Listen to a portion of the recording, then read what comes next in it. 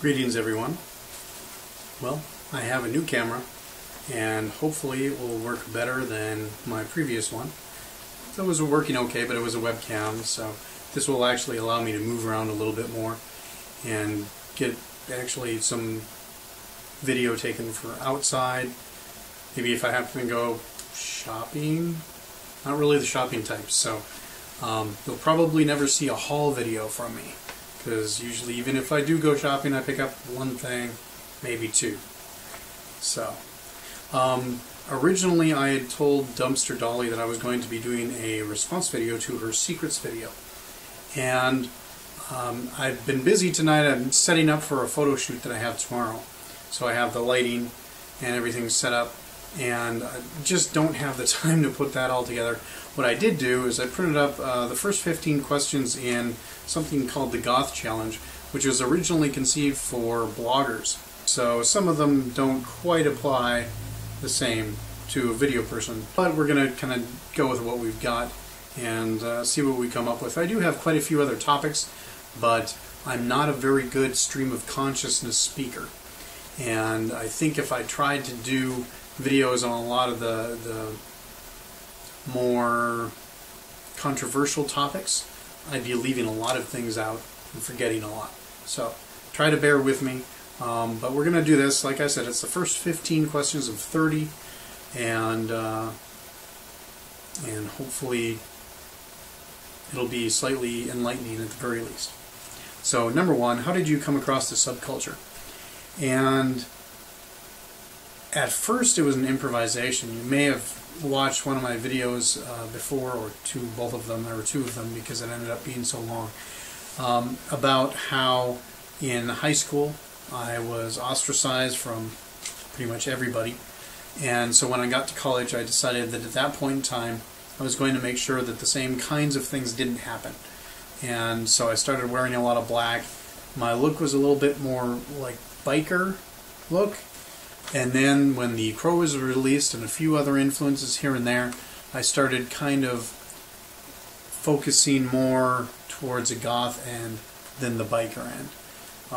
So probably The Crow would have been the first real influence that I can really point to as getting me on the path to goth.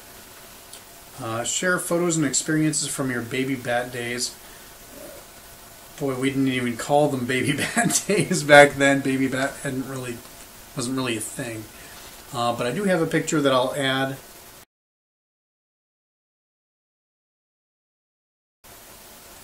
That was me and a couple friends of mine, and we would occasionally goth out and go to the mall, and we would cordially open doors for old women and do all the things that they would least expect for us to do.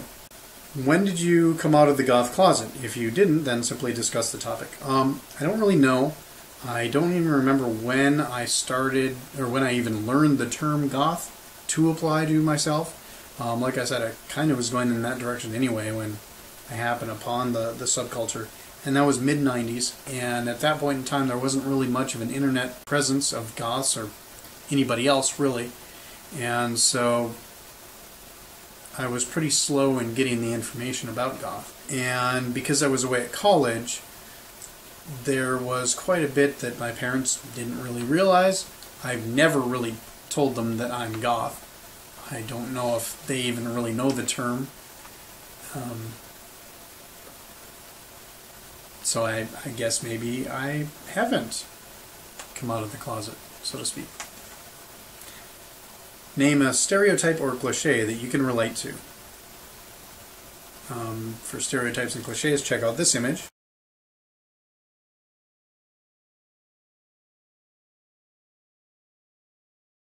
And my cliché is bad, dreary poetry. I do write some of it. Some of it's pretty bad. Some might be okay. I don't know. It's all better, I think, when you read it than when I read it, because I did 3 poetry videos and I'm not really happy with them. They turned out okay, but I'd want a lot more of an ability to do production changes on them after I've done the reading. clear things up a bit, add music, all of that. I don't know. Is there a local goth band or group in your area? As far as I'm aware, there is nothing goth in my vicinity. I might be the only one. If there are others, I don't know where they are. I don't know where they hang out. I don't know what they do. I do know that I don't live too far from Minneapolis. And I just this evening found out about a few of the venues down there. So I may take up some of those events. But there's nothing here in my area. Handwrite your favorite lyric and take a picture.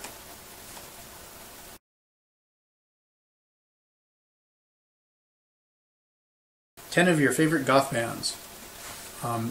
Something that I'm probably going to actually have an entire video about, I'll abbreviate it a bit, is I don't believe in goth bands, I only believe in goth music. Because there are a lot of bands that would never claim to be goth, a lot of people consider them goth, and there's also almost no bands where every single one of their songs is of a gothic feel or sound to it. So, take, for instance, The Cure. Quite a bit of what's on Disintegration, sure, absolutely, goth, no problem. However, there are some exceptions from The Cure. Friday I'm in Love. Actually, the entire album that they did in the early 2000s. Anyway, so ignoring that, my very first one, and some of you may have been hearing me mention them here and there, I'm trying to get the word out. I really, really, really, really would love for all goths the world over to just buy their albums, and they just mentioned today that they're releasing a new one in probably sometime early summer. It's Angels of Liberty, and it's hard for me to really describe how exciting the existence of this band is to me, because they pretty much have put everything together exactly for people like me. They are grabbing a lot of sound from the early days of goth in the 80s and whatnot, but their lyrics are a lot more modern and have a very modern sensibility to them. So they are bringing in things that are happening. It's not political necessarily, but it does have a little bit of social commentary that's a little more applicable now than in the 70s, 80s, even the 90s. So I highly cannot even recommend them enough. So Angels of Liberty, Fields of the Nephilim was one of the earlier goth bands. I actually discovered them before I even knew that they were a goth band. And right now, Morning Sun really is my favorite album. There are a lot of the more, this is so weird for me to say, but a lot of the more country things they have, I'm not as interested in. I really, really love their kind of occult-influenced music, and so I really enjoy that. Nosferatu, again, one of the earlier goth bands I discovered, and I've always loved it. I will always love Nosferatu. Maybe not their most recent album quite as much. Blood Angel. I don't speak any German, so Blutengel. The 69 Eyes, which some people might think they're a little too mainstream, but I don't care. They have some awesome songs. Love Like Blood, and I know that another band had a song called Love Like Blood, but Love Like Blood, the band, is the one that I like. And it's really, really interesting stuff. I don't even remember how I discovered them. Sisters of Mercy, of course. Actually, technically, Sisters of Mercy was the first goth band I ever found. Lesbian Bed Death. And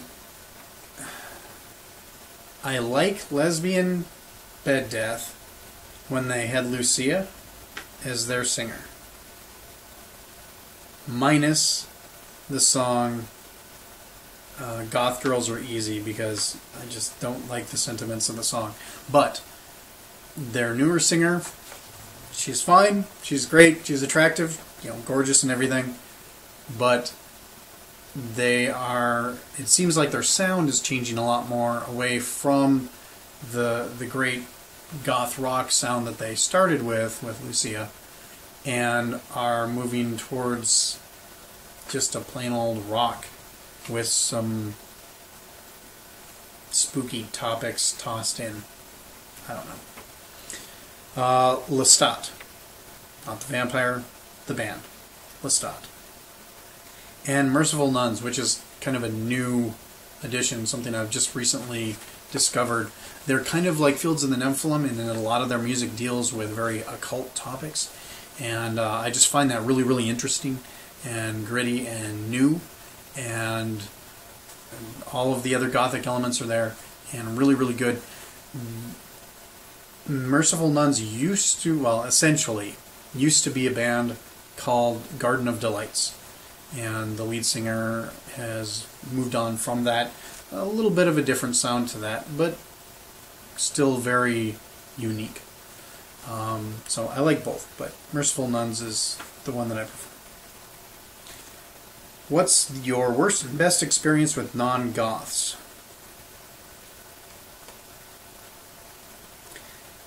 When I wear makeup, it has to be impeccable, including my nails. I don't even know if this thing's focusing. I have no way to see what my camera's showing me. But yeah, the whole chip nail, guy goth thing, to me is more 90s grunge than goth. And because of that, it's never been something I've strived for. But it's always had to be impeccable. I had a girlfriend who was more metal scene than goth. And there was one point in time when we were arguing, and she brought up the makeup and asked, "What do you think, you're a woman?" or something like that, which is interesting to me because not too long after that, at my suggestion, I was witness to her having her way with one of my ex-girlfriends. So I don't know why it would be a problem if I did think I was a woman. But the best experience with non-goths is just the passive-aggressive judgment of the people in my area. I'm really, really lucky in that if somebody absolutely loathes with every fiber of their being what you represent, they'll never say anything about it, and they'll probably never do anything about it. They'll judge you in their head. They'll just never say it. But that's really comforting to know that. What genre of music do you dislike? I absolutely cannot stand country, western, rap, jazz, opera, swing, ska, pop, 70s and 60s, pretty much everything in those eras, minus some of the goth. Anything by John Denver or Elton John. I have no time for any of that. So there's quite a bit that I don't like. I'm very picky musically. I used to think that I liked pretty much anything but country and rap. No, that's just frankly not the case. And there is some rap that I like. I do like Cypress Hill. There's a bit of Cypress Hill that I have enjoyed in the past, but I don't really know enough about it otherwise to really be able to say any other rap that I like. What do you love and hate about the subculture? I hate the somewhat recent attempts to get the mainstream to accept us. I shouldn't say that I hate that as much as it's not a priority for me. I do understand there are a lot of other people that are trying to do that, and by all means, I wish the best for them, and I hope they achieve everything that they're looking to do with that. But that's their thing. I don't concern myself with that. I, of course, don't want us to be beaten or killed or anything like that, but to me, that's not a lack of acceptance. That's assault and murder, and that's an entirely different issue. I love almost everything else about goth. I love the aesthetic. I love the do-it-yourself ideas behind it, the fashion, the music, the outcast sensibility, and the morbidity, the dark humor of it. Everything else I absolutely love about goth. Is goth a lifestyle for you? As much as it can be, yes. My job is not an office job, but it's still not something where I'm allowed to wear whatever I want or do whatever I want with my hair. Makeup, nails, I'd never go to work with these. That would just be pushing things way beyond what anyone would ever expect. And therefore, it wouldn't go over very well. But when I'm at home, and I can be casual with friends, when I'm out and about, then I'm pretty much free to do whatever I like. And I would say that in that sense, it is a lifestyle for me. What's your favorite, or what's your gothic inspiration? I try not to have one, actually. Yeah, I try not to have one. What was your first band t-shirt? My first and only ever band t-shirt.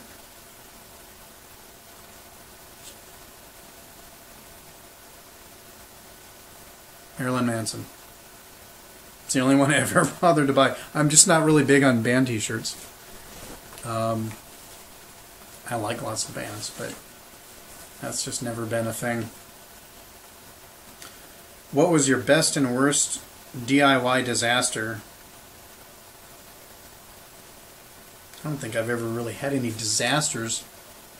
I also don't think I've ever had any like spectacular, amazing things. One thing about me that is kind of interesting is for 2 years, relatively recently, I worked at Tandy Leather, and during that time I was able to learn how to make a lot of things like collars, bracelets, and whatnot. And I've fairly recently moved, and hoping to be able to set all that up again so I can get back to doing my leathercraft. At that point, I will be doing a lot more DIY. But I do hope to actually do a couple little projects here and there, mainly focused for guys, because there really isn't very much out there of DIY stuff for guys. It might be decor oriented, it might be clothing oriented. I will never do a makeup tutorial or anything. That's just not my thing. Your favorite or most expensive item in your wardrobe? Probably currently my leather pants. Although even though they're my most expensive and currently favorite item in my wardrobe, they're fairly large around the leg, and so I'm going to be putting eyelets down the sides and kind of corseting the sides, I guess. So hopefully that'll turn out and I won't just ruin a $150 pair of leather pants. So that was the first 15 of the 30 in the Goth Challenge, and I will probably be doing the other 15 tomorrow when I have more sleep, because currently it's about 1:30 a.m. here, and I still need to do this. I need to make this look cool and add some music or something, maybe. I hope you guys enjoyed this. I hope you, where the hell is it these days? Subscribe and leave comments. If you want me to do a video about something in particular, please request. There are some topics, of course, that I'm not going to bother with, but I'm open to almost everything else. I'm probably going to try to remake one or two of my videos from before, because I'm just not really all that happy with them. The quality at that time of my mic on my webcam was pretty shoddy, and I'm just really not liking how a lot of that turned out. I'm also, right now, this is on a full-size tripod. Of course, I'm standing, but I do need to get a tripod for my desk, and that will probably help things as well. Not sure how this is going to work with lighting, because this camera picks up light so much better than my webcam ever did. And I've had to do a lot to try to dim things down here, and because this was picking it up like crazy. So I might redo one or two of my videos. Shouldn't be a bad thing, I wouldn't think. Hopefully I will also develop a little bit more of just a friendly rapport with my camera and not feel quite so weird just standing in front of it talking. So, and here's my cat. This is my kitty cat. His name is Cooper.